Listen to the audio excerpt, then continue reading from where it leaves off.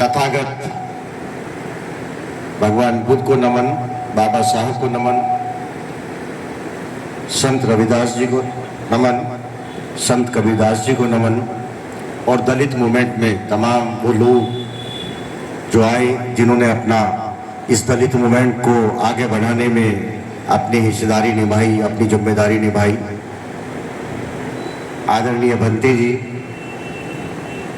आदरणीय सम्मानित मंच, इस सभागार में उपस्थित तमाम लोग, आदरणीय पदम सिंह जी, उनका परिवार, चंद्रेश जी, डॉक्टर मनोज जाटव जी और तमाम लोग। देखिए,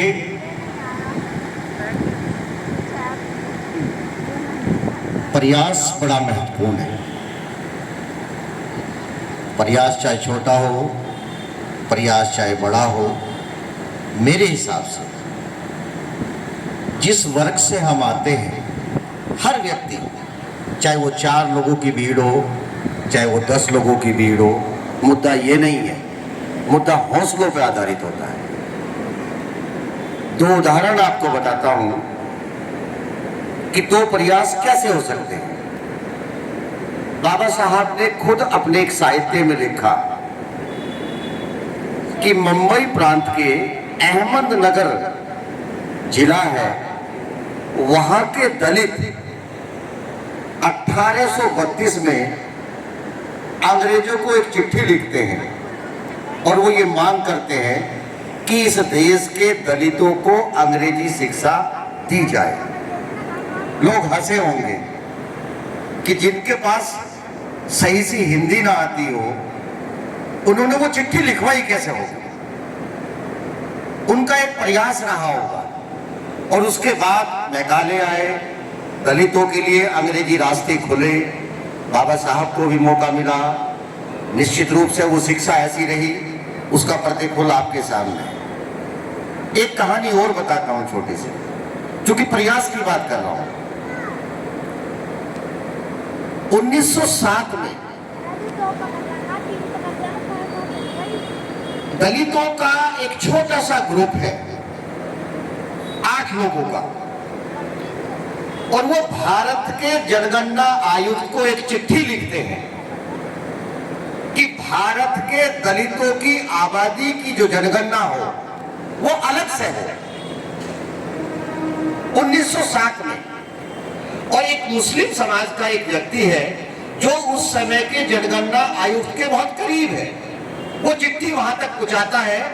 और आपको ये बात सुनकर के बड़ा आश्चर्य होगा, वैसे तो आपको बहुत सारी पुरानी पतझड़ों की बात सुनाकर यूं मुझे ना उदास कर, मुझे नए मौसमों का पता बता। मैं आशावादी हूं, निराशावादी व्यवस्था में बिल्कुल विश्वास नहीं करता हूं। इस देश का दलित 1911 में 10 मानक बने। उन 10 मानकों के आधार पर भारत में दलित जो है अलग जनगणना कराने में कामयाब रह गया।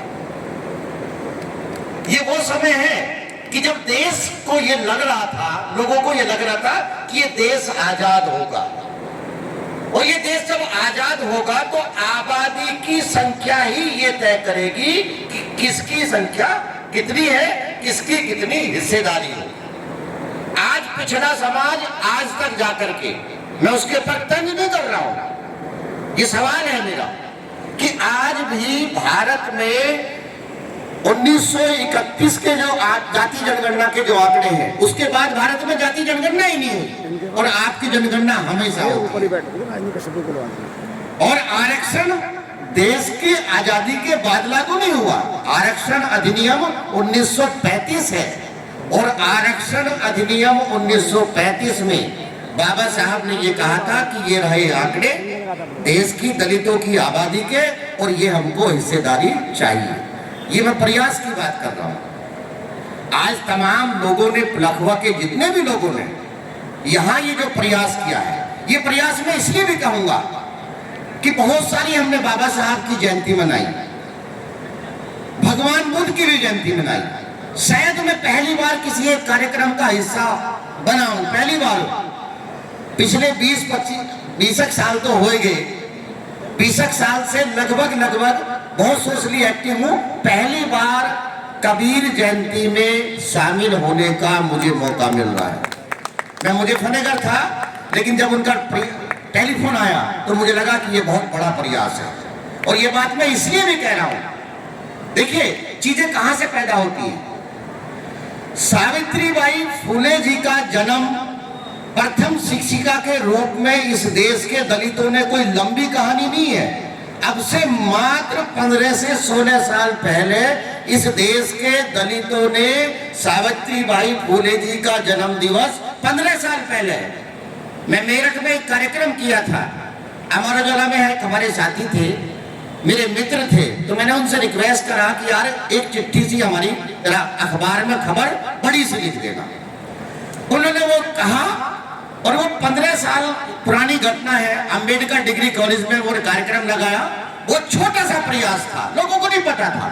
और आज देश के प्रधानमंत्री जी भी सावित्रीबाई फुले जी के जन्म दिवस को प्रथम शिक्षिका के रूप में स्वीकार कर लिया है। संविधान दिवस को मनाने की शुरुआत आपने की। मुझे नहीं मालूम कि 15 साल पहले देश का दलित कितने संविधान दिवस मना रहा था। यह प्रयास 20 साल पुराना ही है। और आज देश के प्रधानमंत्री जी ये कह रहे हैं कि हमने संविधान दिवस मनाने की जो शुरुआत करी, उसके ऊपर बाबा साहब की प्रतिमा लगी। तो ये भैया प्रयास है, इसमें डरने और घबराने वाली बात नहीं है। ये कोई नेताओं की भीड़ नहीं है, ये तो सामाजिक लोगों की भीड़ है, सामाजिक तंत्र की भीड़ है। एक छोटी सी बात मैं जरूर कहूंगा कि देखिए, जितना मुझे समझ में आया कि हमको क्या चाहिए, दलित समाज को आखिर चाहिए किस चीज की जरूरत है, तो मुझे ये समझ में आया कि दलितों का राजनीतिक आंदोलन, दलितों का धार्मिक आंदोलन, दलितों का आर्थिक आंदोलन हमने चर्चा की, दलितों का सामाजिक आंदोलन उस पर भी हमने चर्चा की। लेकिन दलितों का एक आंदोलन अधूरा है। जिस दिन इस देश के दलित के ने उस आंदोलन को पहचान लिया और उसकी समझ में आ गया कि ये आंदोलन क्या है, दलितों का सांस्कृतिक आंदोलन। इस देश में देखिए, पूरी दुनिया का ये इतिहास है कि जब लोग पनपते हैं, आदमी पेट लेके पैदा हुआ, सबसे पहले उसको भूख लगी होगी, उसने खाना ढूंढा होगा, ऐसा ही ढूंढा होगा ना। फिर उसको लगा कि यार ठंड लग रही है, तो कहीं ना कहीं गुफा में गया होगा। फिर उसके हाथ में कहीं ना कहीं आग लगी, उसने आग का कुछ फायदे देखे, उन फायदों का जो भी उसको उठा सकता था उसने वो फायदे उठाए। लेकिन उसके बाद उसने, जब उसका पेट भर गया, वो गुफाओं की दीवारों के ऊपर चित्रकारी कर रहा था, वो कुछ ना कुछ उकेर रहा था, उसके मन में जो चल रहा था, ये उसकी संस्कृति थी, यही उसकी पहचान थी। अल्टीमेट जब आदमी पूर्ण रूप से विकसित होगा, जब वो एजुकेट होगा, तो उसकी अपनी सांस्कृतिक जो पहचान की जो मांग है वो उसके अंदर कहीं ना कहीं जागृत होगी। आपको क्या लग रहा है कि बाबा साहब जब 1935 में उन्होंने ये कह दिया कि भाई मैं हिंदू धर्म में पैदा जरूर हुआ, ये मेरे बस की नहीं था, लेकिन हिंदू धर्म में मरूंगा नहीं, ये मैं तय करूंगा। 35 में अगर बाबा साहब ने ये बात कही है, तो ये 56 तक कामरा क्यों गया? ये 56 तक क्यों गया? ये 56 तक शायद इसलिए गया कि बाबा साहब को ये बात पता थी कि जब इस देश की व्यवस्था लिखी जाएगी, उस देश की व्यवस्था में कहीं ना कहीं बुद्ध ही होंगे, उसका चिन्ह भी बुद्ध के आसपास ही होगा, उसकी संस्कृति भी बुद्ध के आसपास होगी। और वो कहते हैं लोग कि राम जी की तस्वीर संविधान के हर पेज पे है, लेकिन उस संविधान में जो लिखा है उसके ऊपर छाप कहीं ना कहीं दलित मूवमेंट की है और कहीं ना कहीं श्रमण संस्कृति की है। ये बाबा साहब ने पहचाना। देखिए सर, इतना आसानी से सब नहीं हुआ। ये कहीं ना कहीं बाबा साहब ने जब भगवान बुद्ध को स्वीकार किया, इससे पहले तमाम दलितों की अगर आप संस्कृति देखोगे तो वो भगवान बुद्ध की ही संस्कृति है। आपको आपकी संस्कृति से हटा दिया। किसी भी व्यक्ति को सबसे ज्यादा मानसिक आघात जब पहुंचाया जाता है तो उसकी जो सांस्कृतिक पहचान है उसी को मिटा दो। सांस्कृतिक पहचान कैसे कैसे मिटाई जाती है। आपका खान पान है, आपके खान पान को, आपकी डाइटरी सिस्टम चेंज कर दो, आपके भोजन ग्रहण करने की जो शैली है उसी को परिवर्तित कर दो। आपने मोटे अनाज खाए, मैं एक किताब लिखी थी, एक आर्टिकल था आउटलुक में, द कलर्स ऑफ दलित, कि ये देश अब दलितों की जो पहचान है, दलितों की जो संस्कृति है, तुम देखना ये बहुत आगे बढ़ेगी। और कहीं ना कहीं बाबा साहब की विचारधारा, आपको लगता है कि संख्या में भगवान बुद्ध को मानने वाले लोग कम होंगे, लेकिन वो रोज बढ़ रहे हैं। हम उसको लाइन अप नहीं दे पाए, हम उसको पहचान नहीं पा रहे। आपकी हर जगह में है, आपकी पहचान में है, आपके शरीर में है, आपकी व्यवस्थाओं में है, वो तार्किक व्यवस्था है। किसी भी दलित व्यक्ति से आप बात कीजिए, वो प्रोफेसर ना हो, उसने शिक्षा ना ली हो, वो चाय बेचता हो, वो मजदूरी करता हो, कभी उससे बात करके देखना, वो बहुत तर्कशील है, वो आपसे तर्कों के आधार पर बात करेगा, वो किसी व्यवस्था के आधार पर बात नहीं करता। उसके तर्क देखो, तब देखो कि ये तो दलित संस्कृति का जीता जागता उदाहरण है। अभी हम उस चीज को पहचान नहीं पाए, अभी उस चीज को देख नहीं पाए। और जिस दिन हम ये देखेंगे, एक हमने आंदोलन चलाने का प्रयास किया था, तीसरी आजादी, उसके कई पहलू थे। तीसरी आजादी, धार्मिक आजादी, तीसरी आजादी, सामाजिक आजादी, तीसरी आजादी, सांस्कृतिक आजादी।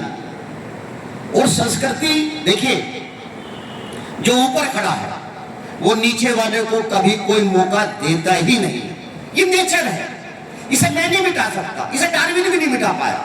डार्विन क्या कहता है कि जो सरवाइव है, जो फिटेस्ट है, वही सरवाइव करेगा, ये नेचर का नियम है। तो जो ऊपर खड़ा है उससे आप कितनी भी मांग करो, वो आपको रास्ता कभी नहीं छोड़ेगा, बिल्कुल नहीं छोड़ेगा, किसी सूरत में नहीं छोड़ेगा।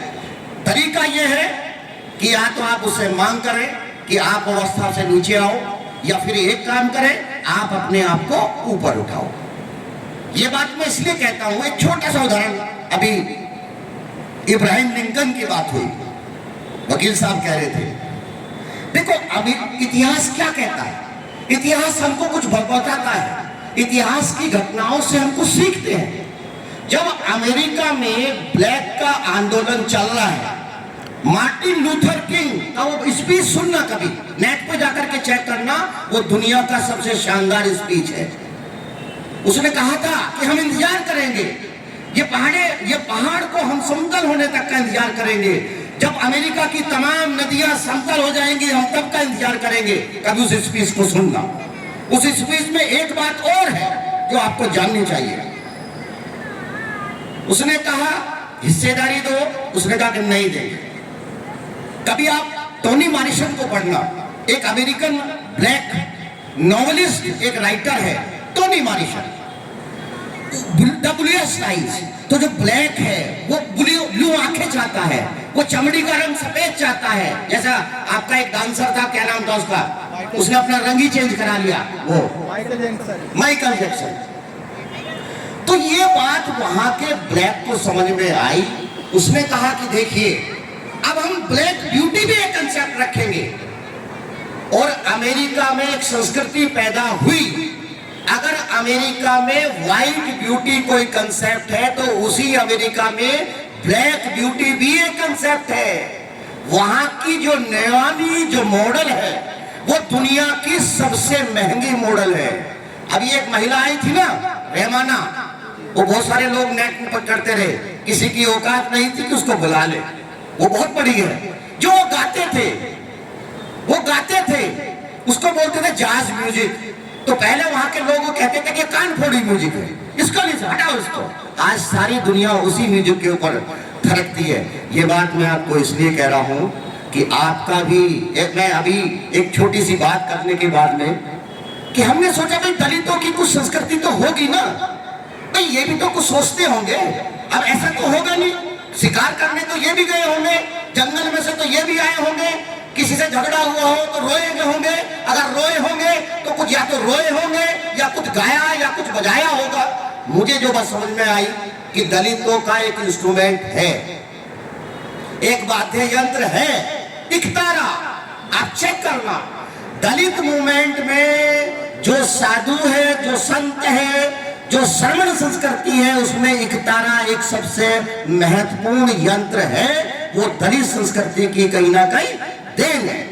आप रखना, एकतारा एक इंस्ट्रूमेंट है, शायद इसमें से बहुत सारे लोग नहीं जानते होंगे। ये बात मैं इसलिए भी कहता हूं कि देखो दलित क्या हो सकता है।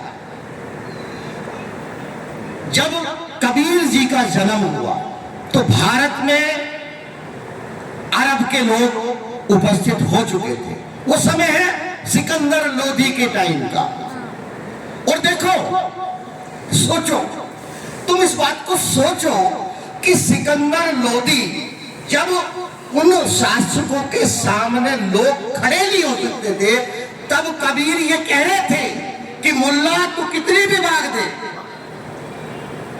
तेरा जो अल्लाह है वो तेरी आवाज सुन नहीं पा रहा। पुजारी को भी ललकार रहे थे। तो ये दलित संस्कृति है, ये ताकत है।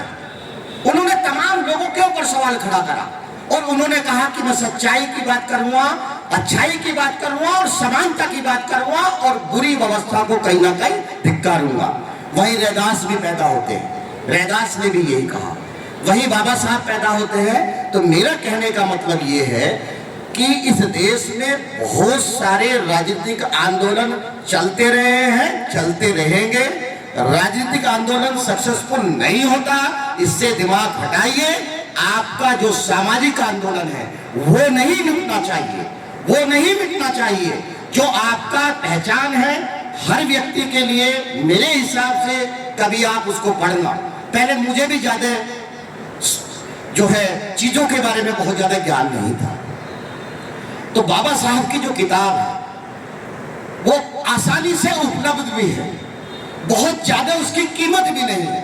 उसके शुरू के पन्ने आप पढ़ना और आप इतना आनंद आएगा कि जब आप जैतवन में जाएंगे, जब आप आमों के बाग के बीच में जाएंगे, जब वो श्रवण काल होता है, वहां लोगों को आपको दिखाई देगा, वहां उनका वास होगा, वहां राजा आ रहे होंगे। अब देखिए ना, ये बुद्धि ही कर सकते थे। आपको ये बात पता होनी चाहिए कि वो राजा जब लगा कि तथागत भगवान बुद्ध आज इस राजा की परिसर में आए हैं, तो उनसे पहले वहां की उस समय की एक नगर वधू वो जाती है अपना रथ लेकर के और तथागत भगवान बुद्ध के लिए कहती है कि महाराज आज आप हमारे घर में आइए। उसके बाद में राजा आता है, तो राजा कहता है कि मैं यहाँ का राजा हूँ, आप आइए। वैशाली की नगर वधू है वो। उसने कहा बाबा साहब, उन्होंने भगवान बुद्ध ने कहा कि नहीं, वो उसमें जो पहले आया पहले उसके पास जाएंगे। और ये देखिए वो राजा को ये कह रहे हैं, राजा कहता है कि वो नगर वधू है। उसने कहा मेरे ऊपर इस बात का कोई प्रभाव नहीं होता, मानव मानव एक समान, ये मानवता है। और धर्म का धंधा, मैं किसी धर्म की बुराई के चक्कर में नहीं पड़ता। ये बात आप मान लीजिए कि ईश्वर एक मनुष्य नहीं पैदा कर सकता और एक मनुष्य हजारों धर्म पैदा कर सकता है। पूरी दुनिया में जितने भी धर्म लाने वाला है वो आदमी ही है, वो व्यक्ति ही है। इसलिए व्यक्ति की ताकत को पहचानो, उसमें रिजिड होने की आवश्यकता नहीं है। बहुत शानदार आपकी संस्कृति है, बहुत शानदार आपका खान पान है, बहुत मानवता आपके अंदर भरी है। ये मानवता भी देखिए, मैं एक छोटा सा उदाहरण देता हूं आपको कि जब पूरी दुनिया में लिंगानुपात घट रहा है, बड़े बड़े लोग जो कहते हैं कि हम एजुकेटेड हैं, बड़े बड़े लोग जो धर्म की बौड़ी व्यवस्था में खड़े होते हैं, वो भ्रूण हत्या कर देते हैं, बेटियों का कत्ल कर देते हैं। मुझे नहीं लगता कि दलितों में कोई भ्रूण हत्या कर रहा है, अभी भी नहीं कर रहा है ना। हो सकता है कि बच्चे कम पैदा करो, मैं ये नहीं कह रहा, लेकिन वो कहीं ना कहीं मानवतावादी है, उसका झगड़ा नहीं है, उसका खान पान है। एक छोटी सी बात कह करके आपके बीच में खत्म कर रहा हूं। खान पान में पवित्रता मत ढूंढो, काल और परिस्थितियां ये तय करेंगी कि आपको क्या खाना है और आपको क्या छोड़ना है। ये मेरा व्यक्तिगत आकलन है। और वो लोग जो समय के अनुकूल अपना रहन सहन, अपना खान पान बदल दे, वही लोग दुनिया में सरवाइव करते हैं। आपको बेहतर एजुकेशन दिलाइए, बढ़िया व्यवस्था कराइए, आपकी संस्कृति बहुत मजबूत है। एक बात माननीय काशीराम जी ने भी कही थी, एक समय था दलितों का जो पॉलिटिकल एजेंडा था, दलितों का जो सामाजिक एजेंडा था, माननीय काशीराम जी ने कहा था कि काशीराम के 3 मिशन, यूपी, दिल्ली, बौद्ध धर्म। शायद उनको जल्दी कहीं ना कहीं रहा, एक पीक था, हो सकता है ताकि भारत जो कहीं ना कहीं बुद्ध में है जल्दी हो जाता है, लेकिन मुझे ऐसा लगता है, अभी मैं एक छोटी सी उदाहरण की बात खत्म। कभी कभार आप अपनी संस्कृति ढूंढते हैं। मैं पिछले वर्ष गया कश्मीर में, तो जब कश्मीर में गया तो ये बात मुझे मालूम थी कि लास्ट जो बौद्ध संतति है वो श्रीनगर में कुंडल वन में हुई, और मुझे कश्मीर के नक्शे पे वो कुंडल वन कहीं दिखाई नहीं। मैंने बहुत सारे वहां लोगों से ये पूछा। ये कहीं ना कहीं हम लोगों को ऐसे भी प्रयास करने चाहिए कि अगर आप कश्मीर में जाएं, आप गूगल के ऊपर बार बार सर्च करेंगे तो गूगल उसको पकड़ेगा, लोगों की इंफॉर्मेशन इकट्ठी होगी।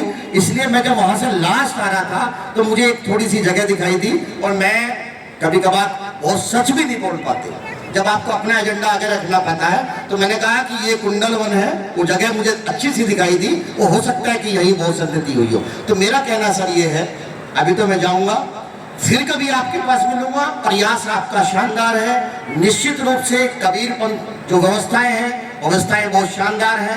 वहाँ तुलसी भी है तो रविदास भी है, सवाल भी है, दादू भी है। और कैसी बात कर रहे हो आप, दुनिया का सबसे जो आधुनिक धर्म है भारत में, आपको मालूम है कौन सा धर्म है?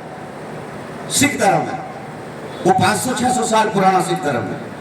और आपको बहुत खुशी होनी चाहिए कि गुरु ग्रंथ साहिब में संत कबीरदास जी के 224 शामिल हैं, वहां रविदास भी है। तो इसलिए आपकी संस्कृति को जिंदा रखने वाले लोग खड़े हैं, खड़े रहेंगे। मेरा मानना यह है कि आपको सींचना है। आपके गली मोहल्ले में कोई व्यक्ति अगर बाबा साहब के मिशन की बात करता हो, भगवान बुद्ध की बात करता हो, उसका अपमान मत करो। उसकी बात मानो या ना मानो, लेकिन उसको कहीं ना कहीं मानसिक रूप से नीचे मत लाओ। हो सकता है कि आप आर्थिक रूप से मदद ना करें, लेकिन उसके प्रयास को थोड़ा सा आगे बढ़ाओ। कभी कभार अपने बच्चों से बात करो, कभी कभार उसको हड़प्पा की कहानी सुनाओ, और हड़प्पा की कहानी में ये भी बताओ ना कि जो प्राकृतिक भाषा है, जो प्राकृतिक भाषा है बुद्ध की भाषा है। ये तो 5000 साल पुराना इतिहास बताते हैं ना, आपके पास तो 2500 साल पुराना इतिहास है, आपका नंदवंश भी है, आपका सारी की सारी चीजें हैं ना। तो मेरा कहना यह है कि आप अपने आप को, अपनी चीजों को, अपनी संस्कृति को संजो के रखें। इसी के साथ मैं माफी चाहूंगा, आज मुजफ्फरनगर गया था और बहुत बहुत धन्यवाद मुझे